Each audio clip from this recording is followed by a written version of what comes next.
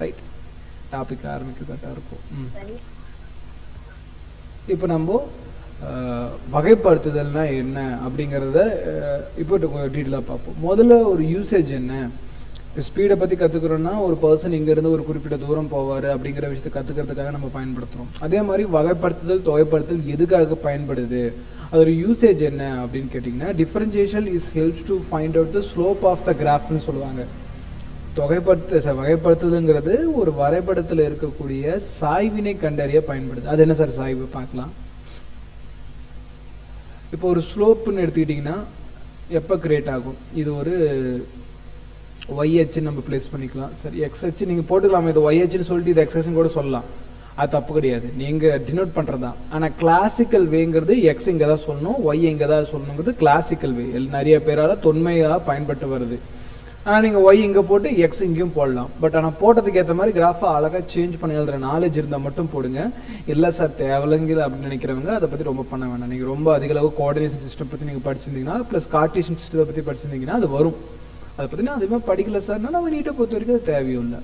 அது நம்ம ரொம்ப டெப்த்தாக போவோம்னா எக்ஸை நீங்கள் இந்த இடத்துலையே போட்டுக்கோங்க, ஒய்யை இந்த இடத்துல போட்டு இதையே நாமளாக ஃபாலோ பண்ணுங்கள். இப்போ வந்து பார்த்தீங்கன்னா எக்ஸில் வந்து பார்த்தீங்கன்னா 1ங்கிற வேல்யூக்கு ஒய்யிலையும் 1ங்கிற ஒரு வேல்யூ கூடுது அப்படின்னா இது ரெண்டையும் இப்படி புள்ளி வச்சு இப்படி புள்ளி வச்சுன்னா தோராயமாக இந்த இடத்துல ஒரு காமன் பாயிண்ட் வரும், இங்கேருந்து இங்கே இங்கேருந்து இங்கே. அதே மாதிரி ஒய்யில் 2ன்னு கூடுறப்போ எக்ஸ்லேயும் 2ன்னு கூடுதுன்னா இதுக்கு அப்படியே இப்படி நேராக இங்கே, இதுக்கு நேராக இங்கே, அப்போ இந்த இதில் புள்ளி. இந்த மாதிரி நீங்கள் புள்ளி வச்சுட்டே போனீங்கன்னா எக்ஸ் ஒய் கரெக்டாக கூட்டிகிட்டே வருது. அது நமக்கு என்ன ஒரு ஃபார்ம் கிரியேட் ஆகும்னா ஸ்ட்ரெயிட் லைன் கிரியேட் ஆகும். பாயிண்ட் புரியுதா இல்லையாமா? இது ஒரு ஸ்ட்ரெயிட் லைன் கிரியேட் ஆகுது. அப்போ இந்த ஸ்ட்ரெயிட் லைனோட ஈக்குவேஷன் நம்ம ஆல்ரெடி டீட்டெயிலாக பார்த்துட்டோம். புது பசங்களுக்கு நான் அடுத்தடுத்த கிளாஸ் நடத்திடுறேன். ஒய் டைரக்ட்லி ப்ரொபோர்ஷனல் டு எக்ஸ்ன்னு சொல்லலாம். இதுதானே ஒய் கூட கூட எக்ஸ் கூடுது அப்படிங்கிறது நமக்கு தெரியும். இந்த y directly proportional to x நம்ம என்னென்ன மாடிஃபை பண்ணலாம், ப்ரொபோர்ஷனல் எடுத்துட்டோம்னா mx plus c னு சொல்லலாம். c வந்து இந்த இடத்துல 0, சில நேரத்தில் நமக்கு c கிடைக்கும், அதனால முழுசா சொல்லிடலாம். இந்த y equal to mx plus c mx minus c இதை பற்றி நம்ம ஃபுல் டீட்டெயிலாக ஒரு கிளாஸில் பார்த்துட்டோம். இது என்ன, இதுக்கு பேர் என்னன்னு கேட்டிங்கன்னா என்ன சில பேர் சொல்லுவாங்க ஸ்ட்ரெயிட் லைன்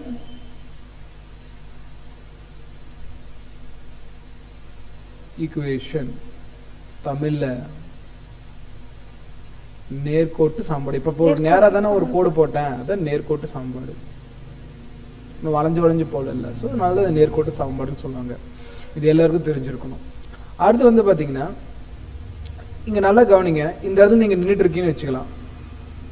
இப்போ உங்களால் நார்மலாக இதில் ஏற முடியுமா? ஏற பின்னாடி தானே வலிக்கிட்டே வருவீங்க. இங்கே எண்ணெய் ஊற்றிட்டாங்கன்னு இமேஜின் பண்ணுங்களேன். மேலே ஏற அப்படியே பின்னாடி தான் இழுத்துட்டு சறுக்கிட்டே வருவீங்க. அந்த சாய்வு கிரியேட் ஆகும்ல, அந்த சறுக்கிட்டு வருது, அந்த ஸ்லைடிங் வந்து பார்த்தீங்கன்னா உங்களுக்கு கிரியேட் ஆகும். அப்போது இந்த மாதிரி ஒரு கோடு வந்து பார்த்தீங்கன்னா இந்த இடத்துல நீங்கள் நடந்தாலும் உங்களுக்கே புரியும் சாய்வாக இருக்கக்கூடியதா. இந்த கோடுங்கிறது ஒரு மலையாக கூட இமேஜின் பண்ணிக்கங்களேன். இந்த மாதிரி சாய்வாக இருக்கக்கூடிய ஒரு மலை மேலே இருந்தீங்கன்னா நீங்கள் ஆட்டோமேட்டிக்காக கீழே இழுத்துட்டு வருவீங்க. அப்போ இந்த கோடு எந்த அளவுக்கு நம்ம இழுத்துட்டு கீழே தள்ளும் அப்படிங்கறத பத்தி பேசுறது தான் சாய்வு. பாயிண்ட் புரியுதா? சோ இந்த கோடு எவ்வளவு சாஞ்சிருக்கு அப்படின்ட்டு உதாரணத்துக்கு ஒரு கிராஃப் நம்ம வரைவோம். சொல்லுங்க பிரசாத். கிளாஸ்ல இருக்க பிரசாத், நான் அப்புறம் கூப்பிடுறேன். எமர்ஜென்சிங்களா?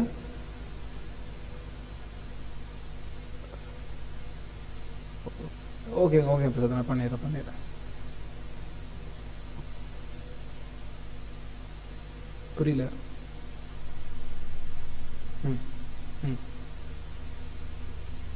ரைட்மா, அப்படியே கவனிங்க. ஸோ இந்த சாய்வில் வந்து பார்த்தீங்கன்னா இந்த கோடு எவ்வளோ சாஞ்சிருக்குன்னு இப்போ உதாரணத்துக்கு நான் உங்களுக்கு இன்னொரு கிராஃப் காட்டுறேன். இந்த கிராஃபில் இது ஒய் அச்சு, இது எக்ஸ் அச்சு. இந்த இது எப்படி சாஞ்சிருக்கு, இதில் நீங்கள் உங்களால் நடக்க முடியுமா? சாஞ்சி விடுங்க, இதில் உங்களால் நடக்க முடியுமா? இந்த 90 டிகிரியில் இருக்கிறதுல முடியாது. இதுக்கு நம்ம சாய்வு கண்டுபிடிச்சு பிரயோஜனம் கிடையாது, இன்ஃபினிட்டிவ். நம்மளால இதை கண்டுபிடிக்க பேச முடியாது. சரி, இப்ப பாருங்க, இதுல உங்களால தாராளமா நடக்க முடியும் தானே, இதுல தாராளமா நடந்து போலாம். அப்படிங்கிறப்ப இதுக்கு ஸ்லோப் என்ன? ஸ்லோப் 0. சாய்வு 0வா? பாயிண்ட் புரியுதுங்களா இல்லையா?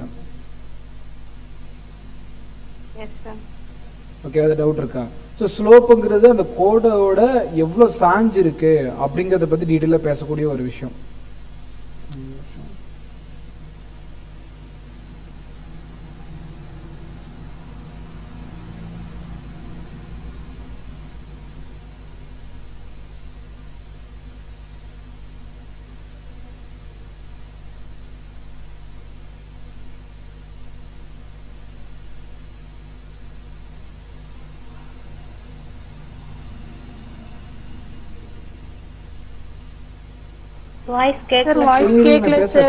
பேசல ஒரு நிமிஷம் சொன்னல.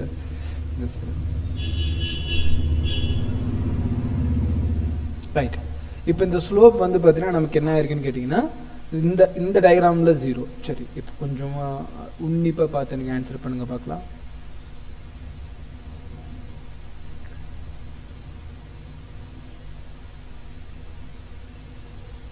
இது டயக்ராம் ஏ, இது டயக்ராம் பி. எதுல ஸ்லோப் அதிகமா இருக்கு?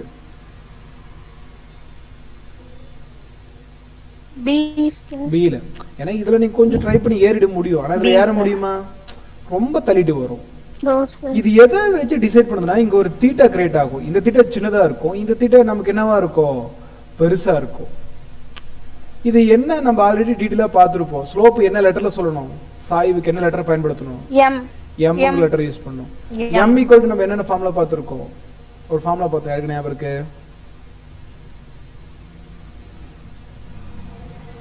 திங்க் பண்ணி சொல்லுங்க. இந்த ஸ்லோப் கண்டுபிடிக்கிறது நம்ம ஒரு ஃபார்முலா போட்டிருந்தோம். சாய்வு ஈக்குவல் டு என்ன தீட்டா? அவ்வளவுதான், அதான் கேட்டுட்டு இருக்கேன், tan தீட்டா. இப்ப நீங்க பாருங்களேன், tan 90 டிகிரி என்னமா? 1 இன்ஃபினிட்டி நாட் டிஃபைன். நம்மளால சொல்ல முடியாது. அதான் நான் முன்னாடியே சொன்னேன், இங்க 90 டிகிரியா இருக்கக்கூடிய இந்த கோட்டுக்கு சாய்வை பத்தி என்னால பேச முடியாதுன்னு சொன்னேன். இப்ப புரியுதா? tan 90 நீங்க மேத்தமெட்டிக்கலா படிக்கக்கூடிய ஒரு விஷயம். இந்த இடத்துல அந்த tan தீட்டாவும் கரெக்டா தானே புரிந்து இருக்கு. tan 90 டிகிரி பத்தி படிக்க முடியாது. அதே மாதிரி இந்த சாய்வுல இந்த 90 டிகிரி பத்தி படிக்க முடியாது. அப்ப சாய்வுக்கும் tan தீட்டாவுக்கும் மட்டும் தான் கரெக்டா ரிலேஷன்ஷிப் இருக்க முடியும். பாயிண்ட் புரியுதா? யாருக்கு புரியுது? Okay right. அப்போ tan தீட்டாவை பொறுத்து எனக்கு ஸ்லோப்புங்கிறது கூடவோ குறையவோ இருக்கும். அதுதான் இங்க விஷயம். சரி, இப்பேற்பட்ட ஸ்லோப்பை பத்தி படிக்கிறதுக்கு நம்ம என்ன சார் அப்படின்னா, இந்த மாதிரி நார்மலான ஒரு டைம்ல ஒரு கிராஃப் இப்படி வரைஞ்சோம்னா, இந்த மாதிரி ஒரு இதுல ஸ்லோப் கண்டுபிடிக்கிறதுக்கு நல்லா பாருங்கம்மா. இது ஒரு பெரிய ட்ரையாங்கிள் மாதிரி இமேஜின் பண்ணிக்கலாமா? பெரிய ட்ரையாங்கிள் மாதிரி இமேஜின் பண்ணி இந்த இடத்துல தீட்டான்னு சொன்னா இந்த இடம் 90 டிகிரி மாதிரி வந்துருச்சு. அப்ப இது என்னது? ஆப்போசிட் சைடு, இது அட்ஜசன்ட் சைடு, இது ஹைபோடெனியஸ் காரணம், எதிர்பக்கம் அடிப்பக்கம். இது நார்மலா இந்த மாதிரி இருக்கக்கூடிய ஸ்ட்ரெயிட் லைன்ல ஒரு ட்ரையாங்கிள் மாதிரி கிரியேட் பண்ணி படிச்சிட முடியும். tan தீட்டாக்கு நீங்க என்ன பண்ணிட முடியும்? tan theta formula opposite divided by எதிர்பக்கம் பை அதிர்பக்கம். sin theta by cos theta சொல்லலாம். இப்போதைக்கு அந்த ஃபார்மேட் வேணா. sin theta by cos theta formula தான், இல்ல நான் சொல்ல. பட் இந்த இடத்துல இந்த டயக்ராம் ரிலேட்டடா கேட்கக்கூடிய ஃபார்முலா. சரிம்மா, இப்போ ஆப்போசிட் டிவைடட் பை அட்ஜசன்ட்ங்கிறது நான் படிச்சிட்டேன். இது நார்மலா இந்த கிராஃபுக்கு என்னால என்ன பண்ண முடியும்? அனலைஸ் பண்ண முடியும். இப்ப கவனிங்க, என் கிராஃப் வந்து இப்படி இருக்கு, இப்படி இருக்கு. இப்ப என்னால இதை போட்ட ட்ரையாங்கிள் மாதிரியே தெரியும். அது ரைட் ஆங்கிள் ட்ரையாங்கிள் மாதிரியே தெரியும். நான் ஒரு ட்ரையாங்கிள் வரைஞ்சாலும் ரைட் ஆங்கிள் ட்ரையாங்கிள் மாதிரியே தெரியுது? நோ. அப்படிங்கிற பட்சத்துல நமக்கு இந்த இடத்துல ட்ரையாங்கிள் கிரியேட் பண்ணவே முடியாது. ட்ரையாங்கிள் என்ன பண்ண முடியாது? கிரியேட் பண்ணவே முடியாது. அப்ப இங்க என்ன ஆகுதுன்னா இஷ்யூ கிரியேட் ஆகுது. அப்ப இந்த இஷ்யூவை சால்வ் பண்றது தான் இன்னைக்கு படிக்கக்கூடிய டிஃபரன்சியேஷன். சரியா? இதுக்கு முன்னாடி இது வரைக்கும் காப்பி பண்ணாதவங்க இதை copy பண்ணிக்கங்கம்மா.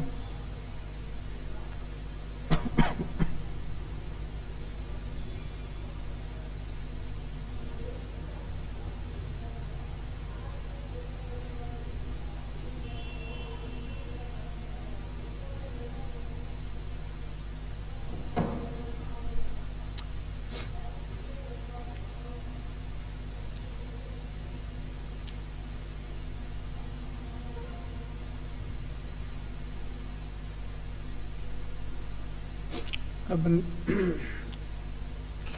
1 minute sir. Old class students copy பண்ணிட்டீங்களா? நீங்க ஏன் 1 minutes எடுத்துறீங்க?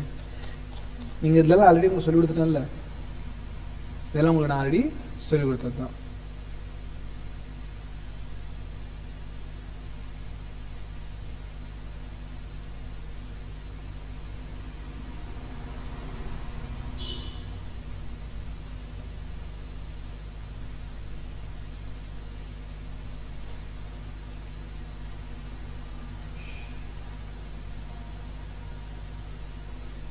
முடிஞ்சா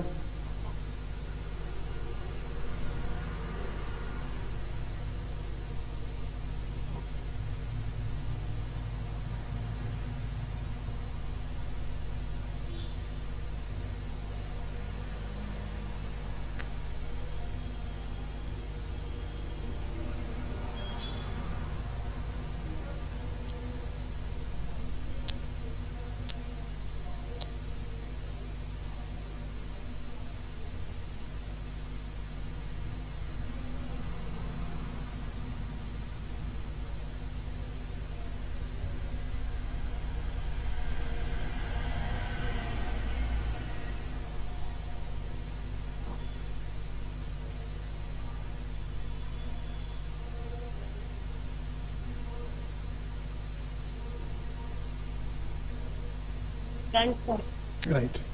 இப்போ கவனிங்க, நமக்கு இந்த மாதிரி ஒருவேளை கோடு வளைவா இருக்குன்னா அந்த வளைவா இருக்கக்கூடிய விஷயத்தை நம்ம எப்படி கிரியேட் பண்ணலாம்? கவனிங்க,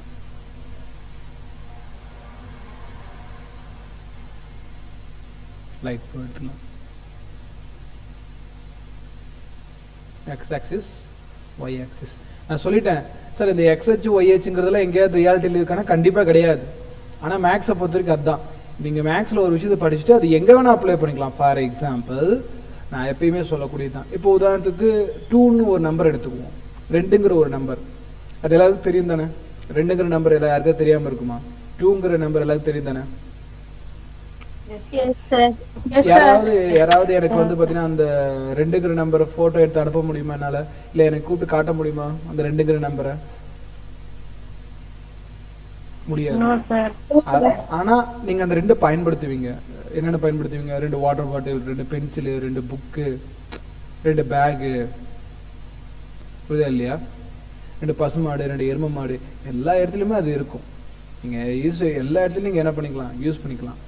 அந்த மாதிரிதான் இப்ப நம்ம படிக்கிற இந்த XY கிராஃபை நம்ம எல்லா இடத்துலயும் யூஸ் பண்ண முடியும்.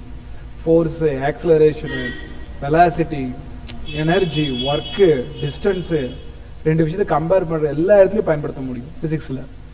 ஓகேவா? அதே டைம் வந்து பாத்தீங்கன்னா சார் பிசிக்ஸ் மட்டும் தான் பயன்படுத்தும். மேக்ஸ்மா எல்லா டிபார்ட்மெண்ட்லயும் யூஸ் ஆகும். ஃபார் எக்ஸாம்பிள், நீங்க ஷேர் மார்க்கெட் எடுத்தாலும் கிராஃப் தான். பாத்துறீங்களா இல்லையா? ஷேர் மார்க்கெட் கிராஃப்ல எப்படி போகும்?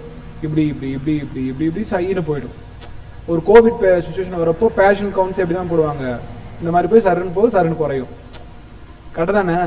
ஸோ மேக்ஸை பொறுத்த வரைக்கும் நீங்க எல்லா ஃபீல்ட்லயும் அப்ளை பண்ணலாம். அதுதான் விஷயம். அதனால இது எங்க சார் இருக்குன்னு கேட்க வேணாம். இதை படிச்சுட்டு நம்ம எந்த ஃபீல்டு வேணா அப்ளை பண்ணிக்கலாம். கவனிங்கம்மா, இந்த இடத்துல கவனிங்க. இப்ப என்னால ட்ரையாங்கிள் இதை பார்க்க கொண்டு வர முடியாது. ஆனால் ரொம்ப மைன்யூட்டான, நான் நிறைய டைம் சொல்லியிருக்கேன், ரொம்ப சின்னதா ஒரு வளைவு கோடு வரைஞ்சிங்கன்னா அது பார்க்க எப்படிதான் தெரியும்? தூரத்துல இருந்து பாக்குறப்போ ஸ்ட்ரெயிட் லைன் மாதிரி தான் தெரியும். கரெக்ட் தானே? அதான் பிசிக்ஸை பொறுத்த வரைக்கும் ரொம்ப சின்னதா இருக்கிறதப்போ நம்ம எக்ஸப்ஷன் எடுத்துக்கலாம். ஃபார் எக்ஸாம்பிள், சின்னதா இருக்கிறதுக்கும் பெருசா இருக்கிறதுக்கும் அப்படி நம்ம பண்ணிக்கலாம். உதாரணத்துக்கு நம்ம பூமி வந்து பாத்தீங்கன்னா என்ன ஷேப்ல இருக்கு? ட்ரையாங்கிள் ஷேப்ல இருக்கா? ஸ்கொயர் ஷேப்ல இருக்கு.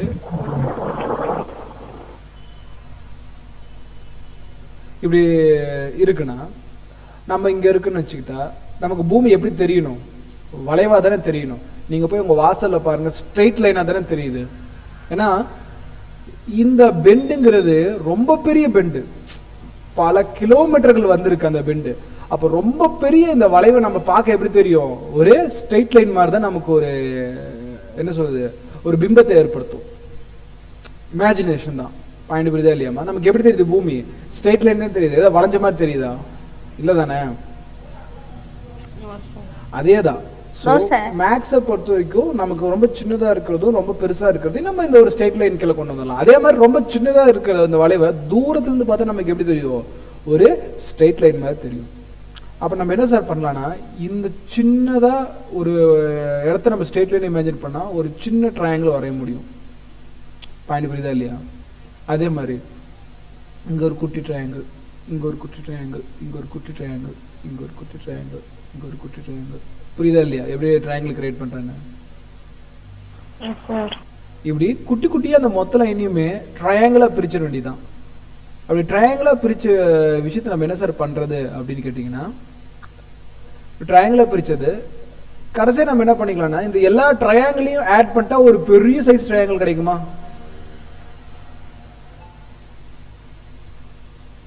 கரெக்டா? நம்ம இந்த எல்லா குட்டி குட்டி ட்ரையாங்கிளையும் சேர்த்தோம்னா நமக்கு பெரிய ட்ரையாங்கிள் கிடைக்கும். அதுதான் நான் சொல்றேன், குட்டி குட்டி ட்ரையாங்கிள் எல்லாத்தையுமே நம்ம கடைசியா ஃபைனலா சேர்த்தோம்னா இந்த மாதிரி ஒரு பெரிய சைஸ் ட்ரையாங்கிள் கிடைக்கும். அப்போ இந்த குட்டி குட்டியா பிரிக்கிறதுக்கு பேரு டிஃபரன்சியேஷன், வகைப்படுத்துது. அதுவே இந்த குட்டி குட்டி ட்ரையாங்கிளத்தையும் ஒன்னு சேர்த்து இப்படி கொண்டு போறோம் பாத்தீங்களா, இது பேர் இன்டிகிரேஷன். நெக்ஸ்ட் டாபிக் அது அப்புறம் பார்த்துக்கலாம். இதுக்கு இப்படி சேர்ந்தா அது பேரு இன்டிகிரேஷன், இப்படி பண்ணா டிஃபரன்சியேஷன். சோ குட்டி குட்டியா பிரிக்கிறது வகைப்படுத்துதல், எல்லாத்தையும் சேர்த்துறது தொகைப்படுத்துதல். சம்டைம் இதை தமிழ் சொல்லுவாங்க வகைக்கெழுன்னு கூட சொல்லலாம், தப்பு கிடையாது. இத தொகைக்கெழுன்னு கூட சொல்லலாம், தப்பு கிடையாது. சரி எழுதிக்கலாம், ஒன்றும் பிரச்சனை இல்லை. ஸோ இன்டிகிரேஷன் ஒன்று இருக்கு, அதே டைம் நமக்கு என்னது டிஃபரன்சியேஷன். இந்த மாதிரி ரெண்டு விஷயங்கள் சேர்ந்தது தான் மேக்ஸ். கிராஃப் அனலைஸ் பண்றப்ப இந்த ரெண்டு பேர்த்த பத்தி தெரிஞ்சிருக்கணும். குட்டி குட்டி ட்ரையாங்கிளா பிரிக்கிறது இன்டிகிரேஷன், இப்போ பிரிச்ச ட்ரையாங்கிள் எல்லாம் பேசுது. சரி, குட்டி குட்டி ட்ரையாங்கிளா பிரிக்கிறது டிஃபரன்சியேஷன், டிஃப்ரெண்டா பிரிக்கிறது. அப்படி டிஃப்ரெண்டா பிரிச்சதை ஒன்று சேர்க்கறது இன்டிகிரேஷன். யாருக்கு புரியல?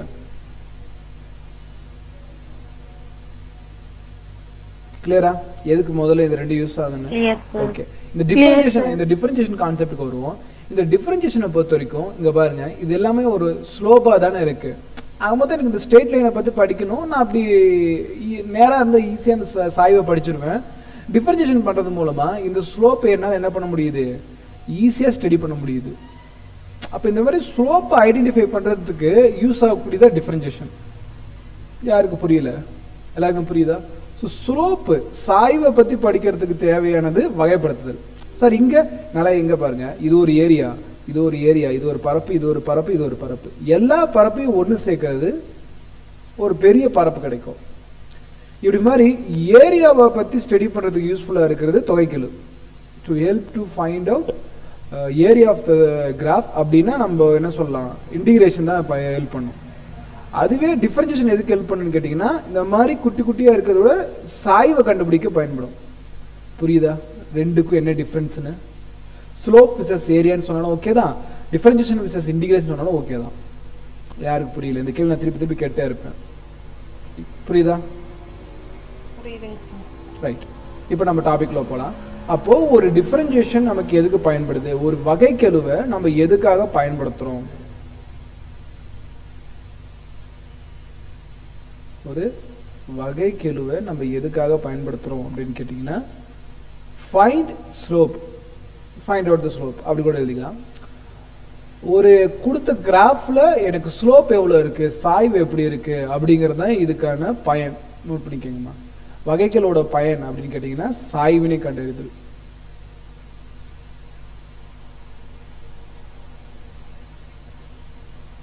ஓகேவா?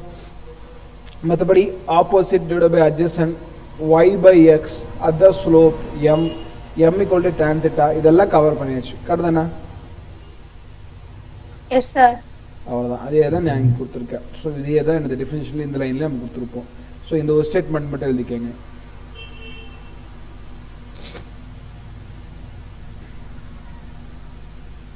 Differentiation is helpful to find out the slope of the graph.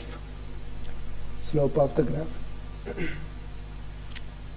Next போலாமா? கொஞ்சம் மேக்ஸா தான் இருக்கும், நல்லா புரிஞ்சுக்கமா. டிஃபரன்சியேஷனும் இன்டிகிரேஷனும் ரெண்டுமே வந்து பார்த்தீங்கன்னா நமக்கு மேக்ஸ்குள்ள வரக்கூடிய சப்ஜெக்ட்ஸ். ஸோ மேக்ஸ்குள்ள வரக்கூடிய சப்ஜெக்ட்னா நம்ம கொஞ்சம் டெப்த்தாக படிச்சு தான் ஆகணும். அது போலாமா? மேக்ஸ் ஒன்றும் டஃப்லாம் கிடையாது. மேக்ஸ் தெரிஞ்சுக்கிறதுனால நம்ம லைஃப்ல வந்து பாத்தீங்கன்னா சில விஷயங்கள் ஷார்ட்டா இருக்கும், மற்றவங்களை விட நம்ம கொஞ்சம் கிளவரா இருக்க முடியும். tan theta equal to y2 minus y1 இந்த ஃபார்முலா எடுத்துட்டேனா divided by x2 minus x1. No, sir. No, sir. Sir இப்பதான் சார் நீங்க எடுத்துறீங்க. அப்படியா? ஆமாங்க sir. But y by x நடத்தியாச்சு. அது நடத்த ஸ்லோப் மட்டும் Yes, நடத்தி. sir. அது நடக்கும். ரைட், அதோட இன்னொரு ஃபார்ம் கம்மி முடிச்சிடலாம். ஆக்சுவலா அன்னைக்கு நடத்தின டாபிக் இன்னைக்கு கம்பைன் பண்ண வேண்டியதுதான். சரி, அன்னைக்கு நம்ம தீட்டா பத்தி ஒரு நாலேஜ் இருக்குன்னு நம்ம கவர் பண்ணிட்டோம். சரி கவனிங்க, அதே X axis and Y axis நம்ம என்ன பண்றோம், ஒரு ஸ்ட்ரெயிட் லைன் வரைஞ்சுக்கிறோம். உங்களுக்கு இந்த இடத்துல இருந்து இந்த இடம் வரைக்கும், இந்த இடம் வரைக்கும் உங்களுக்கு எதை கண்டுபிடிக்க ஆசைப்படுறீங்க? ஸ்லோப் என்ன, சாய்வு என்னங்கிறத கண்டுபிடிக்க ஆசைப்படுறீங்க அப்படின்னு நம்ம வச்சுக்கலாம். அப்ப நம்ம என்ன சார் பண்ணலாம்னா, இந்த ஒரு குட்டி இடத்துக்கு மட்டும் நம்ம என்ன ட்ரை பண்ணலாம், ஒரு ட்ரையாங்கிள் ட்ரை பண்ணலாமா? இந்த இடத்துல ஒரு ட்ரையாங்கிள் கிரியேட் ஆயிடுச்சு. இது ஒரு ரைட் ஆங்கிள் ட்ரையாங்கிள். இந்த இடம் தீட்டா, அதாவது இந்த இடம் தீட்டானா இதுவும் தீட்டா தான், இந்த ரெண்டு தீட்டாவும் ஒண்ணுதான். சரி, இங்க தீட்டா வந்துருச்சு, இங்க இது வந்துருச்சு. அப்ப இந்த லைன் நமக்கு கிடைச்சிருமா? இந்த லைன் கிடைச்சிருமா? இந்த லைனை பத்தி யார் பேசுவாங்க? ஸ்லோப்பை பத்தி யார் பேசுவாங்க? என் தீட்டா பேசுவோம்.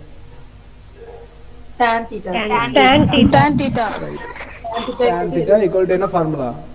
ஆப்போசிட் டிவைடட் பை எதிர்பக்கம் by Adjacent side. அடுத்துள்ள பக்கம். அடிப்பக்கம், இந்த அடுத்துள்ள பக்கம். ரைட், எஸ் சொன்னாலும் ஓகே. இப்போ நம்ம இதுக்கு பாயிண்ட்ஸ் மார்க் பண்ண போறோம், அவ்வளவுதான். வேற எதுவுமே எக்ஸ்ட்ரா நான் பண்ண போறதில்ல. கவனிங்க, இந்த இடம் தானே அடிப்பக்கம், இல்ல அவுட் இல்லையே. Right, No, sir. இந்த இடம் தானே எதிர்பக்கம், இதுதான் நமக்கு தேவை. ரைட், இந்த வெள்ளை கலர்ல வர்றது நமக்கு தேவை. சரி, நான் என்ன பண்றேன்னா இது அப்படியே dot dot dot dot dot dot dot dot இங்க வரைக்கும் மார்க் பண்ணிக்கிறேன். இந்த மொத்த டிஸ்டன்ஸை நான் என்னன்னு எடுத்துக்கிறேன்னா y2ன்னு எடுத்துக்கிறேன். ஓகேவா? நெக்ஸ்ட் ப்ளூ கலர் கவனிங்க, இங்க டாட் டாட் டாட் டாட் வச்சுட்டு கொண்டு வந்து இங்க இருந்து டாட் டாட் டாட் வச்சு இந்த இடத்துல இருந்து இங்கிருந்து இது வரைக்கும் நான் y1ன்னு எடுத்துக்கிறேன். இது வரைக்கும் பாயிண்ட் புரியுதா? ரைட், இந்த பச்சை கலர் லைன்ல இருந்து ப்ளூ கலர் லைனுக்கு உடைச்சிட்டோம்னா இந்த இடம் தானே. இந்த பச்சை கலர் லைன்ல இருந்து ப்ளூ கலரை மைனஸ் பண்ணிடுறேன், எடுத்துடுறேன். அப்படின்னா மீதி இந்த இடம் தானே. Yes, sir.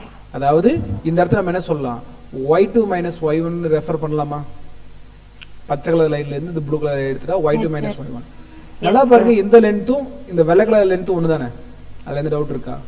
கடை தானே இருக்கு. நல்லா பாருங்க, இந்த லென்த்தும் Yes, sir. இந்த வெள்ளை கலர் லைன். அப்ப இந்த இடத்துல நம்ம என்ன சொல்லலாம், y2 minus y1 ரெஃபர் பண்ணலாமா? y2 minus y1 புரியுதா? யாருக்காவது புரியலையா? ஓகே தானே? Sir, one time சொல்லுங்க. நல்லா பாருங்கம்மா, இந்த பச்சை கலர் லைன்ல இருந்து ப்ளூ கலர் லைனை மைனஸ் பண்ணிட்டீங்கன்னா மீதி இந்த இடம் தானே. அதுல எதாவது டவுட் இருக்கா? அப்படிதான் நம்ம இந்த மொத்த இடத்துல இதை இது வரைக்கும் கட் பண்ணி விட்டுருங்க. பேலன்ஸ் இந்த இடம் தானே. புரியுதா இல்லையாம்மா? மொத்த y2 புரியுது. அந்த y2ல இருந்து y1 இடத்துல இந்த இடம், இந்த இடமும் அதே அளவுக்கு தானே இந்த வெள்ளை கலர் இருக்கு. அப்ப இதை y2 minus y1னா இதுவும் y2 minus y1 தானே.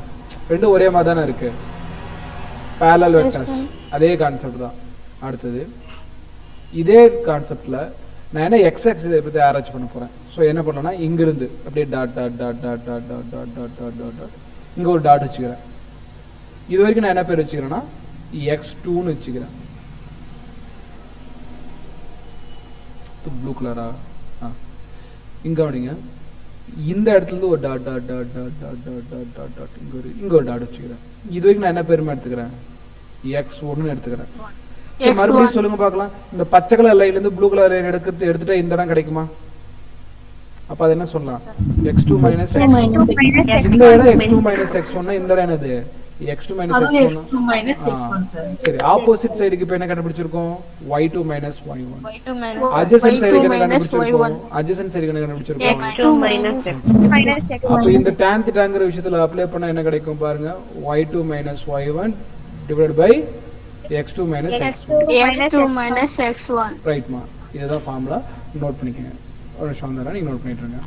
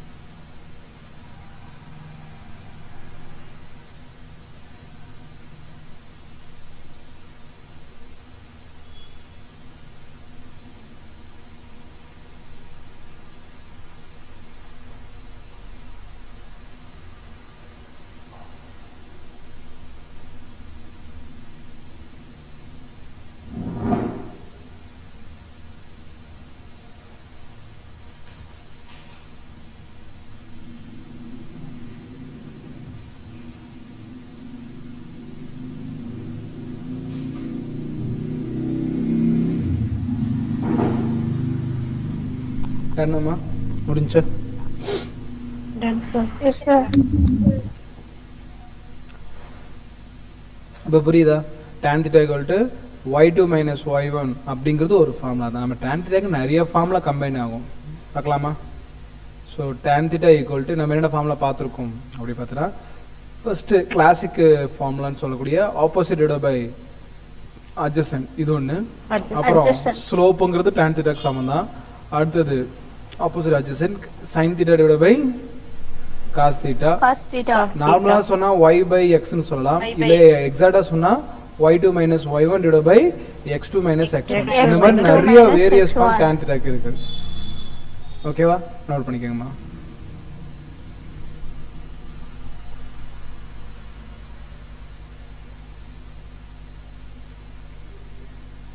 m என்ன? சாய்வு. Okay.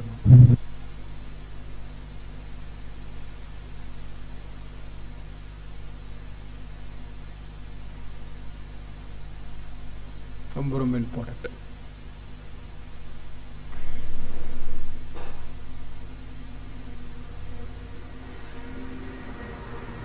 Next So what is it?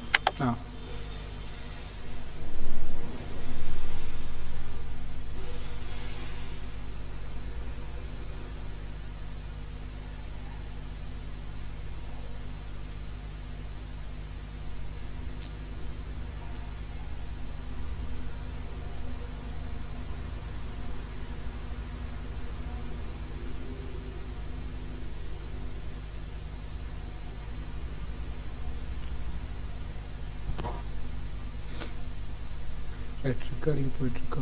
Okay. Recording போயிட்டு இருக்கு. Next differentiation slope of the graph y versus x. ஏன்னா y கிராஃபுக்கும் அதே சரி y ஆக்சிஸ்க்கும் x ஆக்சிஸ்க்கும் நடுவில் கூடிய அந்த ஸ்லோப்பை பற்றி படிக்கக்கூடியதா டிஃபரன்ஷியேஷன். அதனால தெரிஞ்சிச்சு. அதை y2 minus y1 ஒரு ஃபார்ம் சொல்றாங்க. ரெண்டாவது dy by dx இதுவும் ஒரு ஃபார்ம் தான். எப்படி சார் சொல்றீங்கன்னா, அந்த ஸ்லோப் நான் இப்போ ட்ரா பண்ணல, இந்த ட்ரையாங்கிள் என்ன பெரிய ட்ரையாங்கிளா சின்ன ட்ரையாங்கிளா? சின்ன ட்ரையாங்கிள் தானே. சின்ன ட்ரையாங்கிளுக்கு சின்ன dy, சின்ன dxன்னு எடுக்கலாம்ல. அப்ப சின்ன dy by dx தானே. இப்ப நீங்க முன்னாடி பார்த்த அதே ஃபார்முலாவில் கவனிங்க. இது ஒரு பெரிய ட்ரையாங்கிளுக்கு dy வெறும் y by xன்னு சொன்னா சின்ன ட்ரையாங்கிள் நம்ம என்ன சொல்லலாம், dy by dxன்னு சொல்லலாமா? இதுவும் tan theta எக்ஸ்ட்ரா ஆட் பண்ணிக்கலாம். இதுவும் நமக்கு என்னதான் tan theta ஒரு ஃபார்ம் தான். நோட் பண்ணிக்கமா.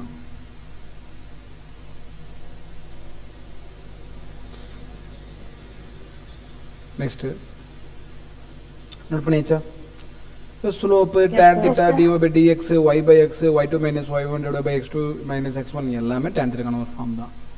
ஸோ இப்போ இது நார்மலா நம்ம டிஃபரன்ஷியேட் பத்தி தெரிஞ்சுக்கிட்டோம். இப்போ ஒரு நம்பர் கொடுத்துட்றாங்க, அதை டிஃபரன்ஷியேட் பண்ணுங்கிறாங்க. எப்படி பண்ணலாம் இப்போ ஒவ்வொன்றா பார்ப்போம். பேசிக்கா ஒரு கான்ஸ்டன்ட்ல இருந்து வருவோம். பிளாக்ஸ் எடுத்துக்கலாம். கவனிங்கம்மா, ஸ்கிரீனு கவனிங்க. இப்போ ஒரு நார்மலா ஒரு நம்பர் கொடுத்துட்றாங்க. நமக்கு வந்து கொஸ்டின்ல ஒரு இடத்துல எங்கேயாவது ஒரு ஈக்குவேஷன் தான் கொடுப்பாங்க. உதாரணத்துக்கு y ஈக்குவல் டு 3. ஈக்குவேஷன் நமக்கு என்னது, y ஈக்குவல் டு 3.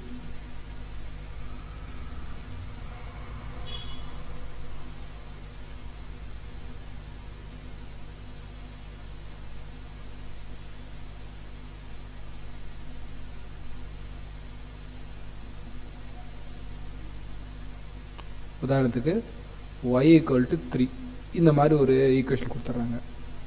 இதுக்கு ஸ்லோப் கேட்குறாங்க, சாய்வு கேட்குறாங்க. ஜென்ரலாக நம்ம டிஃபரன்ஷியேஷன் பண்ணதுக்கு தெரிஞ்சுக்கணும், அப்போ தான் ஸ்லோப் கிடைக்கும். அப்போ இது நார்மல் ஃபார்மில் எழுதுறதை விட dy by dxனா தானே ஸ்லோப்பு, கரெக்ட் தானே? அப்போ இது என்ன எழுதணும், dy by dx. இது நார்மலாக y ஈக்குவல் டு 3, இது dy by dx.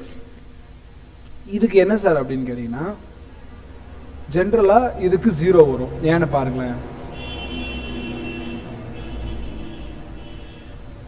இது y, இது x. yல 3, சரி, yல இந்த 3ன்னு வரும், குறிச்சிட்டேன்.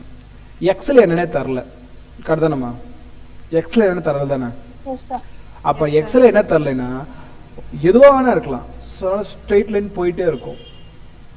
y = 3 என்னது, இப்படி ஸ்ட்ரெயிட் லைன் போயிட்டே இருக்கும்.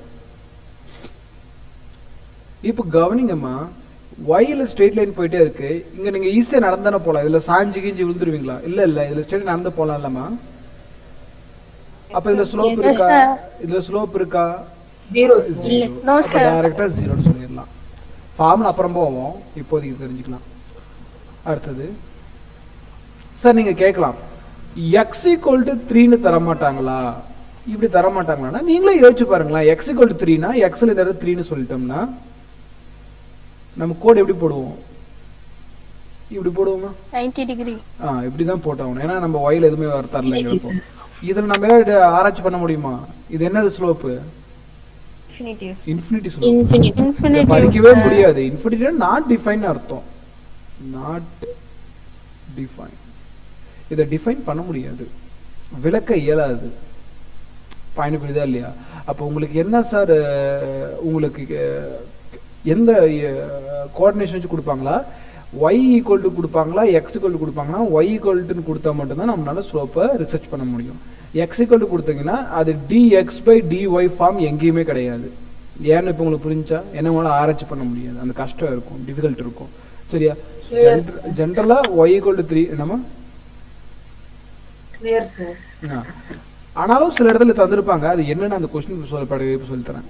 மொட்டையை நம்ப வேணாம். ஆனா ஒரு கேள்வியில y ஈக்குவல் டு சம்திங் ஒரு ஈக்குவேஷன் கொடுத்துருப்பாங்க, அதை எடுத்து உள்ள அப்ளை பண்ற மாதிரி இருக்கும். அது என்னன்னு சொல்லிட்டு நம்ம அந்த கொஸ்டின் டிஸ்கஸ் பண்றப்ப பார்க்கலாம்.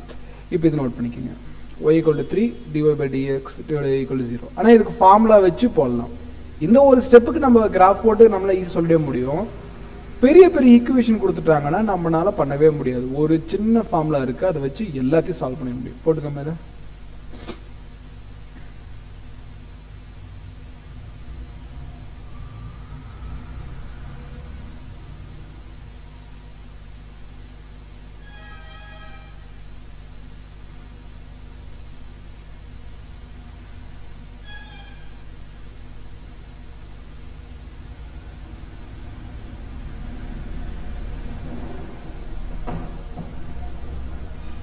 புரிஞ்சா?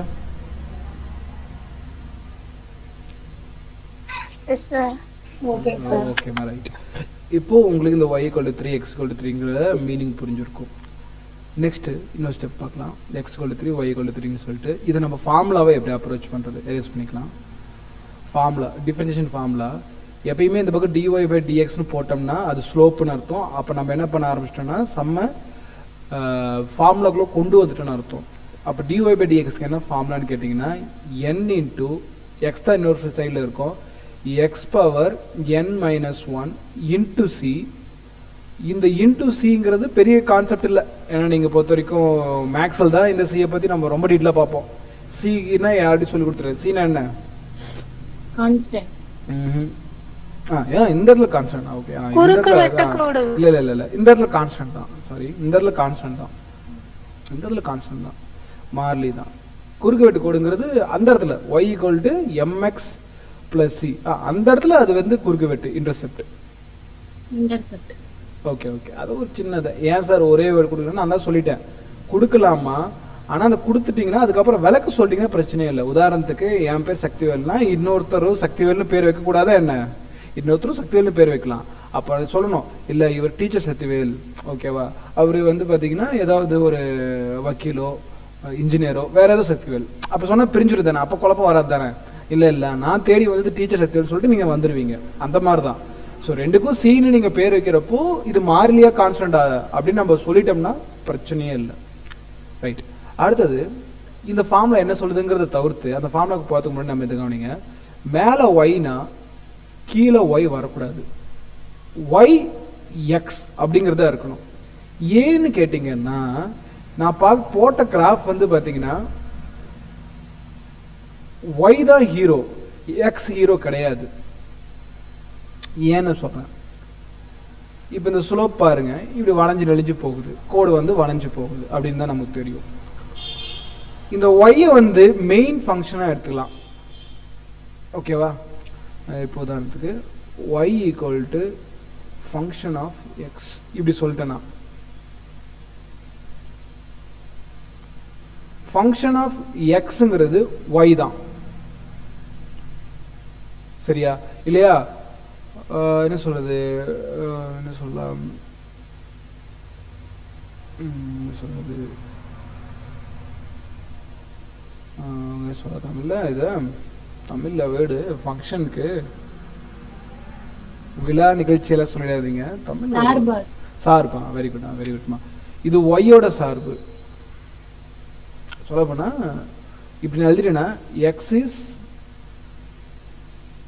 Function of y. இல்லை இப்படி சொல்லணும், நம்ம கொஞ்சம் கிளியரா வந்துடும்.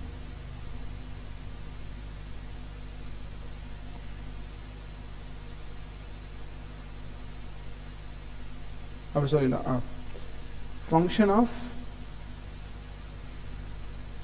X is y. அது கரெக்டா இருக்கும். ஒய்யின் கவனிமா அப்புறம் சொல்றேன், சார்பு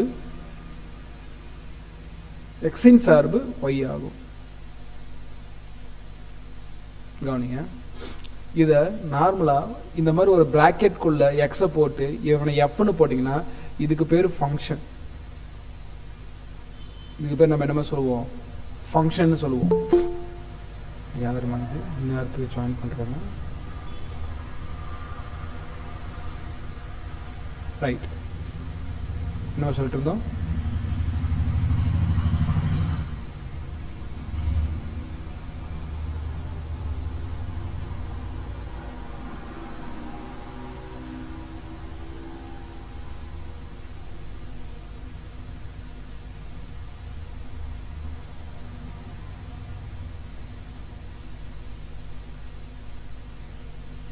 ஒரு நிமிஷம்.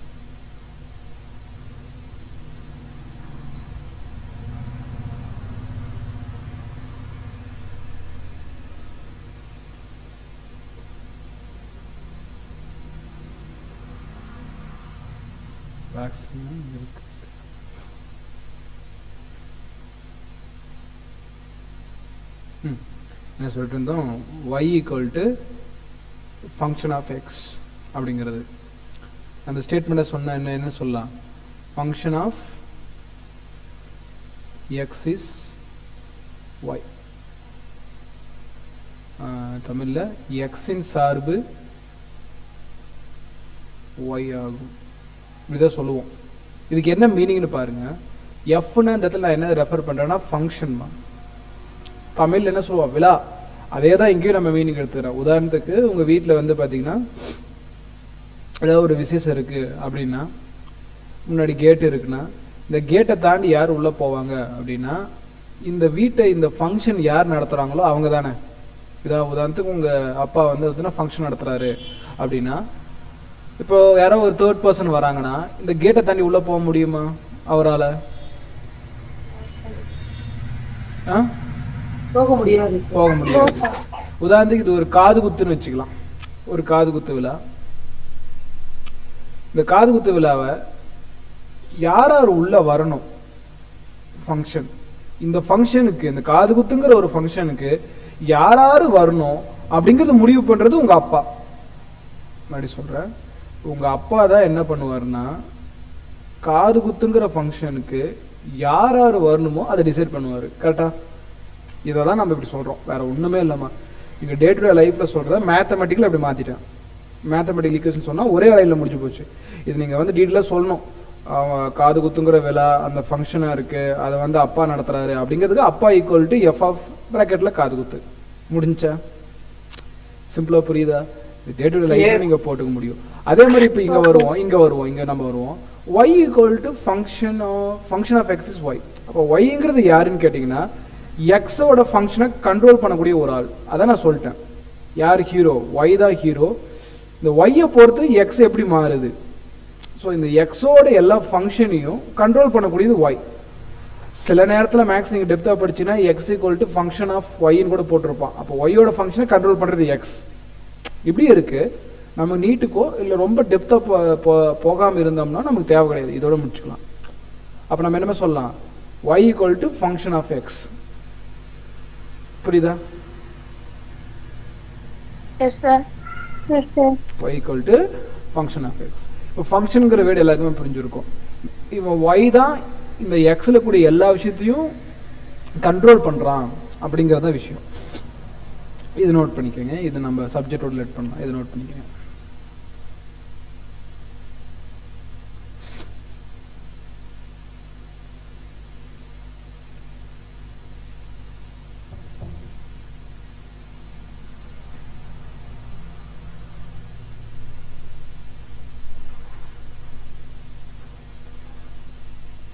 அதாவது எக்ஸ் சார்ந்தது தான் ஒய். இந்த ஒய் சொல்றது தான் எக்ஸ் செய்யணும்.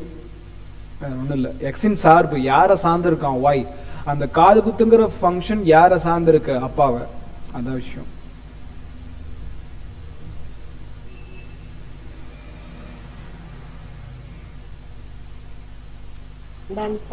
ரைட்.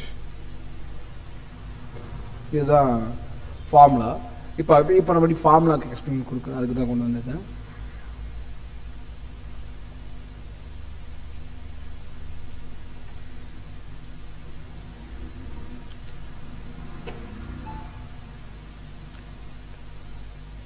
என்ன ஃபார்முலா அப்படின்னா ஸ்லோப் ஈக்குவல் டு, அதாவது dy by dx equal to n into x into n into x power n minus 1 into c.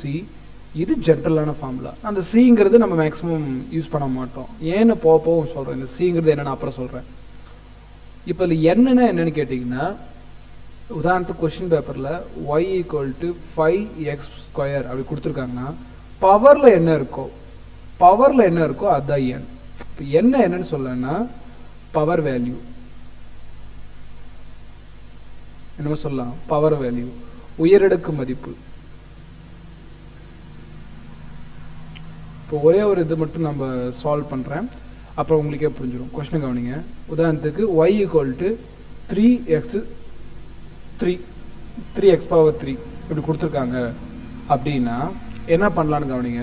இதோட ஸ்லோப் கண்டுபிடிக்கிறது முதல்ல என்ன பண்ணிக்கணும்? dy by dx எழுதிக்கணும். ரைட்.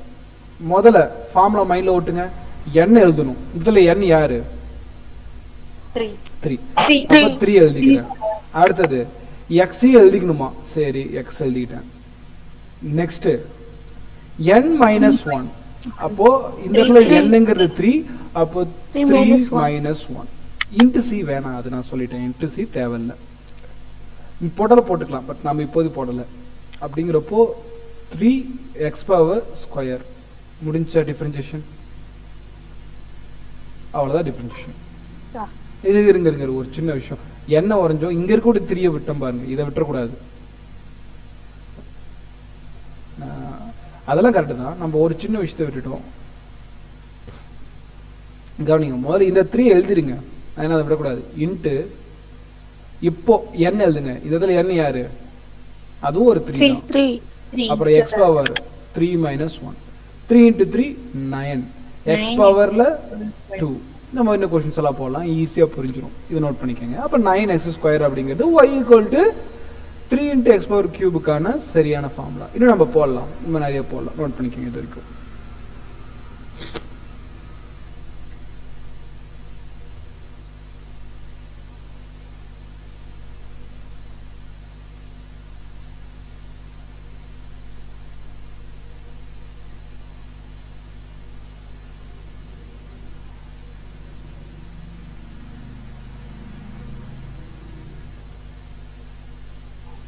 சார் வெறும் x பவர் n ஃபார்முலா மட்டும் தான் சார், அது தனியா எழுதுங்க சார். என்னமா x power n = n x power n - 1 தானே சார். x பவர் n ன்னு சொல்லிட்டு தனியா எழுதல சொல்றேன் சார். என்ன பண்ண சொல்றீங்க, எனக்கு புரியல. சார் இங்க 3 கான்ஸ்டன்ட் சொல்லிட்டு அப்படியே போட்டீங்களா சார், அது பக்கத்துல x பவர் n ங்க ஃபார்முலா தனியா எழுதுறேன்னு சொன்னேன் சார். ஓ, இந்த இடத்துல n = 3 எழுதுறீங்களா? இந்த இடத்துல n = 3 எழுதுறேன்னு சொல்றீங்களான்னு கேட்டேன். அது இல்லைங்க சார், இப்போ 3 கான்ஸ்டன்ட் அப்படியே போட்டுட்டீங்களா சார், பக்கத்துல x பவர் x³ இருக்குல்ல சார். எங்க இருக்கு? ஓ, இதை என்ன பண்றதுன்னு கேக்குறீங்களா? அதுக்கு தான் நம்ம டிஃபரன்ஷியேஷன் பண்ணோம். நம்பர் வந்து பிரச்சனை இல்லை, அது முன்னாடி போட்டோம். x பவர் கியூபை டிஃபரன்ஷியேட் பண்ணி எழுதி இருக்கிறோம், அவ்வளவுதான், முடிஞ்சு. மறுபடியும் இந்த x பவர் கியூப்ல எடுத்து எழுத தேவையில்லை. புரியுதா இல்லையா? மறுபடியும் எடுத்து எழுதாதீங்க, அதான் பண்ணோம். ஏன்னா இது n என்ன முன்னாடி கொண்டு வந்துட்டோம். n - 1 3 - 1 அடுத்ததுல புரியும், அவ்வளவுதான். இல்லையா? நெக்ஸ்ட் இன்னொரு எக்ஸாம்பிள் பார்த்தா உங்களுக்கு கிளியர் ஆகிடும். எடுத்துலாம் 1 கொஸ்டின் y = உதாரணத்துக்கு 5x பவர் 4 அப்படி எடுத்துக்கலாம். இதோட ஸ்லோப் கண்டுபிடிக்கணும், dy/dx. ரைட், இப்போ நல்லா கவனிச்சா தெரியும். இந்த இடத்துல 5 ஃபர்ஸ்ட் எழுதிக்கங்க, நம்பர் எழுதிக்கணும், விட்டுறாதீங்க. இன்ட்டு இப்போதான் டிஃபரன்ஷியேஷன் ஸ்டார்ட் ஆகுது. x பவர் 4 முதல்ல, அப்போ இந்த இடத்துல n யாரு, இந்த கொஸ்டின்ல n = 4. அப்போ first n x power n - 1, அவ்வளவுதான், சிம்பிள். அப்ப நெக்ஸ்ட் ஸ்டெப்ல 5 into 4 எழுதிக்கலாம், 20.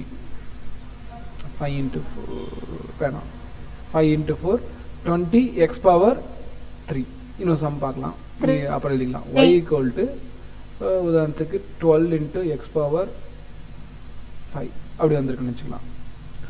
இப்போ நம்ம என்ன பண்ணலாம்னா dy/dx எழுதுனதுக்கு அப்புறம் தான் நம்ம இந்த ஃபார்முக்கு வரணும். ஸோ dy/dx இந்த இடத்துல நமக்கு போத் இப்போ ரைட் ஹேண்ட் சைடு எவ்வளோ இம்பார்ட்டன்ட், அதே மாதிரி left hand side important. = First 12 அப்படியே எழுதிக்கங்க, அது எதுவும் விட்டுறாதீங்க. அப்புறமேட்டுக்கு n into அப்போ 5 into 5 n - 1 5 - 1. அப்போ இதை நம்ம மல்டிப்ளை பண்றப்போ 0 60. அப்போ x பவர் 4, அப்போ 60 x பவர் 4 முடிஞ்சா? ரைட், இப்போ இன்னும் கொஞ்சம் டிஃபிகல்ட்டா போவோம். உதாரணத்துக்கு y = 2 root of x. 2 root of x அப்படின்னா dy/dx அப்படிங்கிறது என்ன சார் பண்ணலாம் அப்படின்னா, இதை டிஃபரன்ஷியேட் பண்ணதுக்கு முன்னாடி இது சிம்பிளா மாத்திக்கலாம். எப்படி சார் மாத்தலாம்னா, இது கொஞ்சம் சிம்பிளா மாத்துவோம். 2 வெறும் ரூட்னா அதுக்கு என்ன அர்த்தம்னா, ஏதோ ஒரு நம்பர் மேல 1/2 தான் ரூட்னு எழுதிருக்காங்கன்னு அர்த்தம். இந்த பாயிண்ட் புரியுதா? வெறும் ரூட்னா சார் இங்க 2 போட்டாங்கன்னா அதுக்கும் அதே தான் அர்த்தம். ஸோ 2 போடலாம், போடாம இருக்கலாம். இன்னொன்னு √3னா காட்டி தான் ஆகணும், √3 போட்டே ஆகணும். 2 தான் போட்டா போடலாம், போடாம விட்டுறலாம். 3 எல்லாம் போட்டே ஆகணும். அப்போ அது கியூப் ரூட்டுன்னு சொல்லுவோம். கன வர்க்கம் நினைக்க தமிழ்ல, கன வர்க்கம் கியூப் ரூட்டு. இது ஸ்கொயர் ரூட்டு சதுர வர்க்கம், இது கன வர்க்கம். அதுக்கு என்ன அர்த்தம்னா ஏதோ ஒரு நம்பர் மேல 1/3 இருக்குன்னு அர்த்தம். ஏதோ ஒரு நம்பர் மேல 1/3 இருக்குன்னு அர்த்தம். அவ்வளவுதான். 1/2 1/3. அப்ப ரூட் ஆஃப் எக்ஸ் என்னன்னு எழுதிக்கலாம். ஏன்னா இதுல ரூட்டுக்கு தானே, இந்த எக்ஸுக்கு தானே ரூட் இருக்கு. அப்போ எக்ஸ் பவர் 1/2. இப்போ ஈஸியா இருக்கா? இனிமேல் எழுதலாம். அப்போ 2 இன்ட்டு என்ன எழுதலாம்? ஏன்னா இந்த 2 அப்படியே வந்துருச்சு, எழுதிட்டேன். அடுத்தது இந்த இடத்துல n யாரு? 1/2. 1/2. அதாவது ரூட்டை 1/2 சொல்றேன். அப்போ ஃபர்ஸ்ட் n இன்ட்டு, அப்போ 1/2 இன்ட்டு எக்ஸ் பவர் n-1. நமக்கு தனியா எழுதி காட்டுறேன், ஒரு நிமிஷம் தான். சொல்லுங்கம்மா, என்னங்கம்மா? ஒரு டைம் லாக் அவுட் ஆகிட்டே வழி வாங்கம்மா, சரிங்களா? மேக்ஸிமம் அப்பப்போ ஸ்க்ரீன் ஷேர் ஆகலையா உங்களுக்கு? அது நான் பேசுகிற வாய்ஸில் கேட்குதாம்மா? வாய்ஸ் கேட்குதுங்களா? உங்கள் வாய்ஸ் கேட்கல, மற்ற ஸ்டூடெண்ட்ஸோட வாய்ஸ் தான் கேட்குது. அப்படி நீங்கள் வேற ஒரு அக்கௌண்ட்லேருந்து லாகின் பண்ண பாருங்க. வேறு அக்கௌண்ட் இருக்குங்களா? ட்ரை பண்ணி பாருங்க. அது இந்த ரெக்கார்டு கொடுத்துட்றேன், சரிங்களா? அதெல்லாம் ஒரு இஷ்யூ இல்லை. ஓகேம்மா, நீ ட்ரை பண்ணி பாரு மறுபடியும் டைமு. ஓகேம்மா.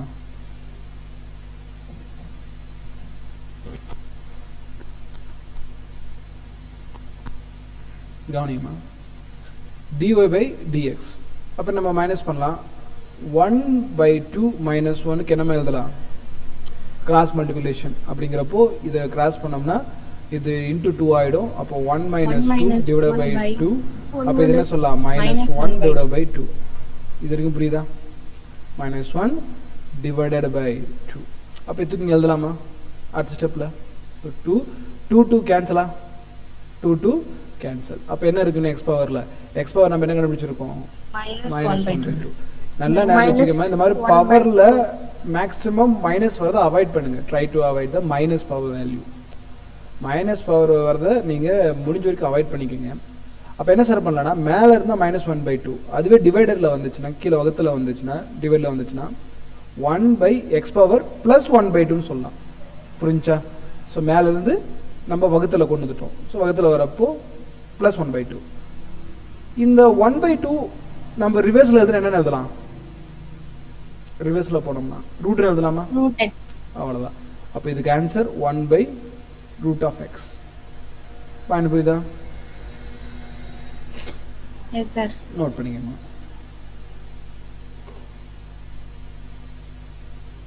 1/√x y = 2 × √x ஓட டிஃபரன்ஷியேஷன் ஃபார்ம். dy/dx கொஞ்சம் டிஃபிகல்ட்டா போயிருக்கும், அவ்வளவுதான். ஃபர்ஸ்ட் ரெண்டு உங்களுக்கு ஈஸியா இருந்திருக்கும். மூணாவதுல அந்த ஸ்கொயர் ரூட்டுக்கு 1/2 போடணும். அந்த 1/2 ஓட -1 போடணும். ஏன்னா n-1 ஃபார்ம் தானே. இது என்ன எழுதிருக்கோம்? n-1 ஃபார்ம் தானே. n-1 ஃபார்ம் பண்ணோம்னா நமக்கு மைனஸ் பண்றப்போ -1/2. அப்போ அதுக்கு பவர்ல போடுங்க -1/2. அதான 1/2 -1. அப்போ -1/2. அப்போ மேல இருக்குது மைனஸ், கீழே வந்தா பிளஸ். அப்போ 1/x × 1/2. அப்போ கீழே வரப்போ √x. புரிஞ்சிருச்சா? யாருக்கா டவுட் இருக்கா? No doubt sir. நோட் பண்ணிக்க. யாரும் டவுட் இருந்தால் சொல்லுங்கம்மா. இன்னொரு டைம் கூட சொல்றேன், ரொம்ப முக்கியமான concept.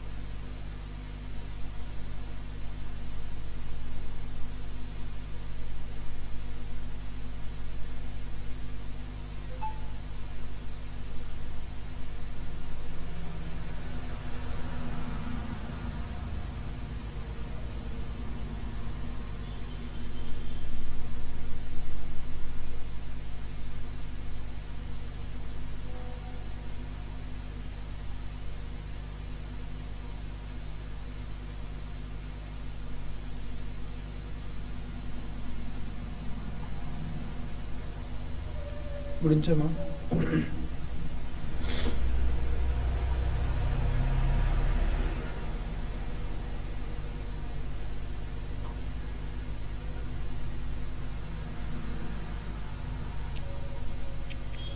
Ton sir.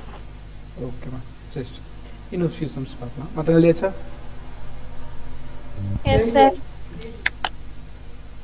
Yes sir. Yes sir.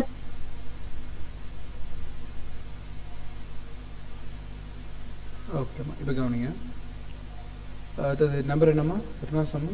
4 4 sir. Right. y equal to 3ன்னு ஒரு சம பார்த்தோம். இதுக்கு dy பை dxங்கிறது எல்லாருக்கும் 0 தெரியும்.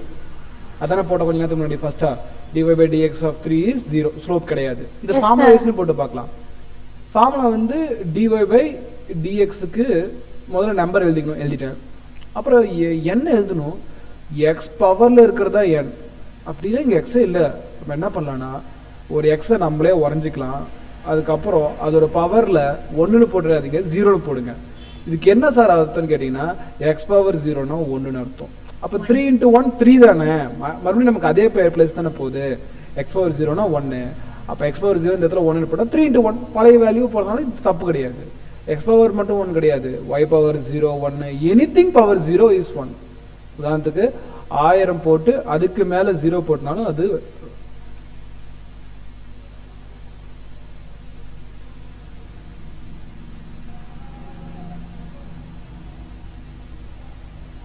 ஒரே நிமிஷம் இருக்குங்க.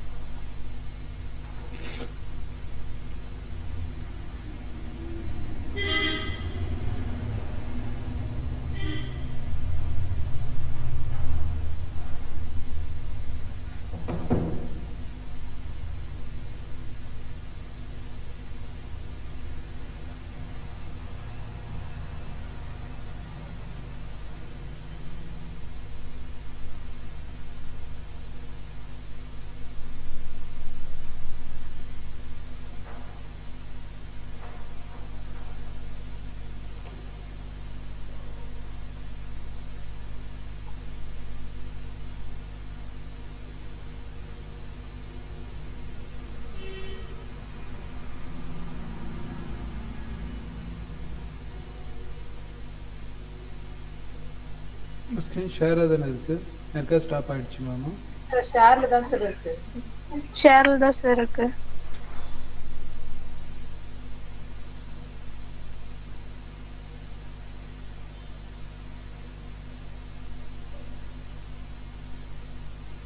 சார் உங்களுக்கு network issue sir. Network issue இருக்கு.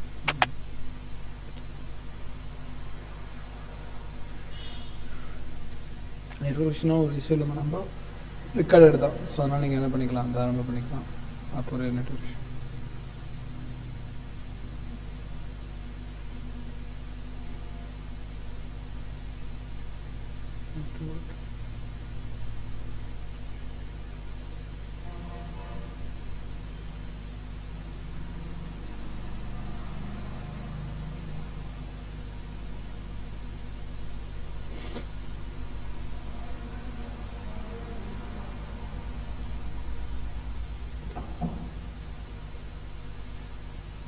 ரைட், கவனிங்கம்மா.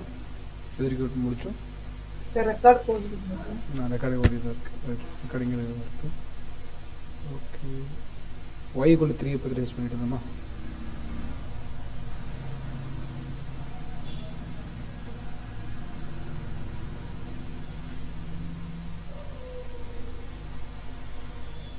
y = 3 நம்ம என்ன சார் பண்ணிக்கலாம் அப்படின்னா டிஃபரன்ஷியேட் பண்றப்போ dy by dx = x power 0ன்னு போட்டுக்கலாமா? அப்ப போட்டுக்கலாம்ல, தப்பு இல்ல. அப்போ இப்ப கட்டா போடலாமா? முதல்ல நம்பர் எழுதிக்கங்க. இந்த இடத்துல என்னோட வேல்யூ 0 1 1 x பவர்ல பாருங்கம்மா. x பவர்ல இருக்கிறது தான் நமக்கு. x பவர் 0ன்னு வந்து 1ன்னு எடுத்துக்கலாம். x பவர்ல 0 வந்துச்சுன்னா total value 1. Total value 1. x பவர்ல 0 வந்து டோட்டல் வேல்யூ 1. நான் கேட்டது இப்போ x பவர்ல என்ன இருக்குன்னு கேட்டேன். என்ன இருக்கு? 0. அப்போ என்னோட வேல்யூ மட்டும் 0. ஓகேமா. அப்ப ஃபர்ஸ்ட் என்ன எழுதிக்கணும்? n. அப்ப 0 into X power n minus one. அப்போ 0 மைனஸ் ஒன் நல்லா கவனிங்க, 0ல மல்டிபிள் ஆயிடுச்சு. எது 0ல மல்டிபிள் பண்ணாலும் ஃபைனல் ஆன்சர் என்னதான்? 0. 0. இதுதானே நான் கொஞ்ச நேரத்துக்கு முன்னாடி நம்ம ஸ்லோப்லயும் பார்த்தோம். டைரக்டா ஒரு ஸ்ட்ரெயிட் லைன்ல வரப்போ டோட்டல் வேல்யூ 0 ஆகிற மாதிரி. Yes, sir. கரெக்டானே? Yes sir. அப்போ இது நம்ம என்ன பண்ணிக்கலாம், ஃபார்முலா வச்சு போட்டாலும் நமக்கு எக்ஸாக்ட் ஆன்சர் வரும். ஃபார்முலா இல்லாம போட்டாலும் நமக்கு என்ன வந்துரும், நமக்கு எக்ஸாக்ட் ஆன்சர் வரும்.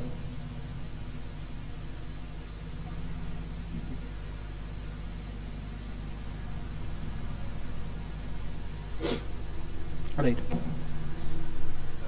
ஓகேங்க சார். இப்போ நெக்ஸ்ட் இன்னொரு சம் நம்ம கொஞ்சம் டிஃபிகல்ட்டாகவே பார்க்கலாமே. ரொம்பலாம் டிஃபிகல்ட்டாக வராது, ஓரளவுக்கு டிஃபிகல்ட்டாக வரும். உதாரணத்துக்கு y equal to 3 into cube root of x square. அட தரமாட்டான்னு வச்சுக்கேன், எக்ஸ் ஸ்கொயர் இப்படி இருக்குன்னு வச்சுக்கலாம். கியூப் ரூட்டுக்குள்ள ஸ்கொயர். அப்போ என்ன சார் பண்ணலாம், முதல்ல டிஒய் பை டிஎக்ஸ் போகிறதுக்கு முன்னாடி இது கொஞ்சம் சிம்பிளாக எழுதிட்டு போகலாமே. ரூட் 3க்கு நீங்கள் என்ன எழுதுவீங்க, கியூப் ரூட்டுக்கு 1/3. கியூப் ரூட்டுக்கு அந்த பவருக்கு மேல 1/3 மாத்திராதீங்க. இப்போ இந்த அந்த ஆள் யாரு, X square. X square. X square. அப்போ இந்த இது முதல்ல நம்ம சிம்பிளிஃபை பண்ணி எழுதிக்கலாம். அப்போ இதை நம்ம வரும் y முதல்ல மாத்திக்கலாம். x3 into X ஸ்கொயர்ல 1/3. நல்லா பாருங்க, இது பெருக்கல்ல தானே இருக்கு, அதாவது 2 இன்ட்டு 1/3 மாதிரி தானே இருக்கு. 2 இன்ட்டு 1/3 மாதிரி இருக்கு. அப்போ பெருக்குனா என்ன வரும், 2/3 தானே.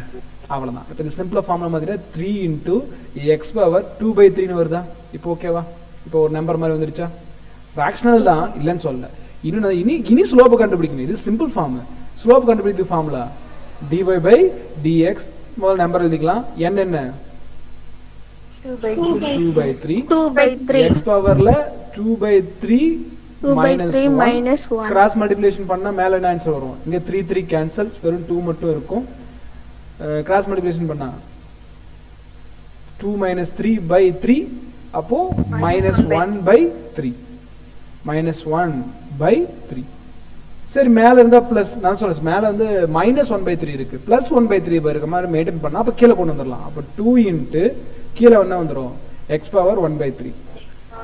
1/3 மாதிரி ரிவர்ஸ் ஃபார்முலா எப்படி எழுதிக்கலாம், நம்ம கியூப் ரூட் எழுதிக்கலாம், கன வர்க்கமா எழுதிக்கலாம். அப்ப 2 இன்ட்டு 1 இப்படி எழுதினா தப்பு. சரி, இப்படி எழுதினா தப்பு.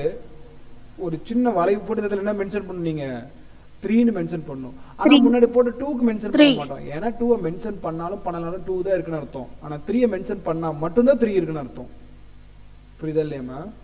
இப்ப ஜென்ரலா இப்படி கொடுத்துட்டாங்கன்னா இது ஸ்கொயர் ரூட்னு சொல்லலாம், இப்படி சொன்னாலும் ஸ்கொயர் ரூட் தான். ஆனா ஜென்ரலா இப்படி கொடுத்தா கியூப் ரூட்னு சொல்லக்கூடாது, ஸ்கொயர் ரூட் தான். அப்ப கியூப் ரூட்னு சொல்ற எப்படி சொல்லணும், இந்த இடத்துல 3ங்கிற ஒரு வேல்யூ ஆட் பண்ணா மட்டும் தான் நம்ம என்ன சொல்ல முடியும், கியூப் ரூட்ங்கிற வேர்டை யூஸ் பண்ண முடியும். அப்ப இதுக்கு என்ன ஆன்சர் ஃபைனலா சிம்பிளா எழுதுனா 2/cube root of x. முடிஞ்சா? ஏதாவது டவுட் இருக்கா? y equal to cube root of x square எப்படி சிம்பிளா சால்வ் பண்ண பாத்தீங்களா? இத ஓரளவுக்கு ஸ்டெப் பை ஸ்டெப்பா போட்டு புரிஞ்சிட்டாலே உங்களுக்கு எவ்வளவு டிஃபிகல்ட் சம் கேட்டாலும் போட்டுடலாம். எவ்வளவு டிஃபிகல்ட் சம் கேட்டாலும் போட்டுடலாம். நோட் பண்ணீங்கமா?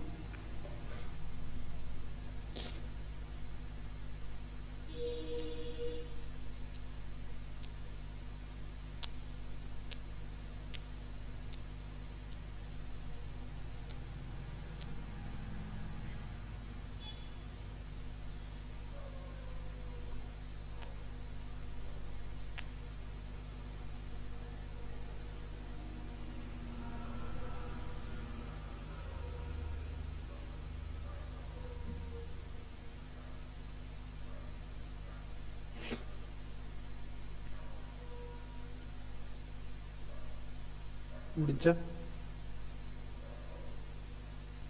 Sir 1 minute sir.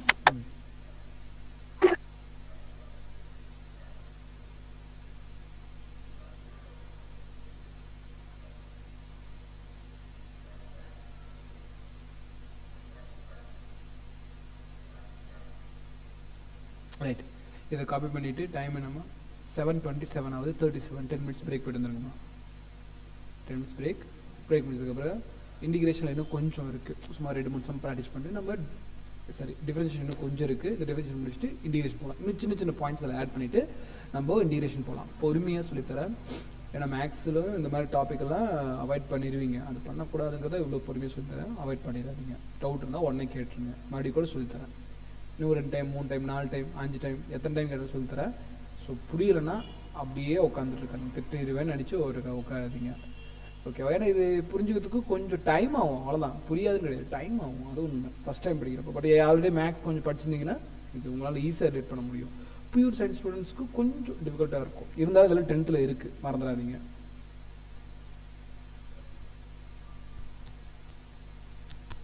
முடிஞ்சா எழுதிட்டு பிரேக் போட்டு வந்துருங்கம்மா.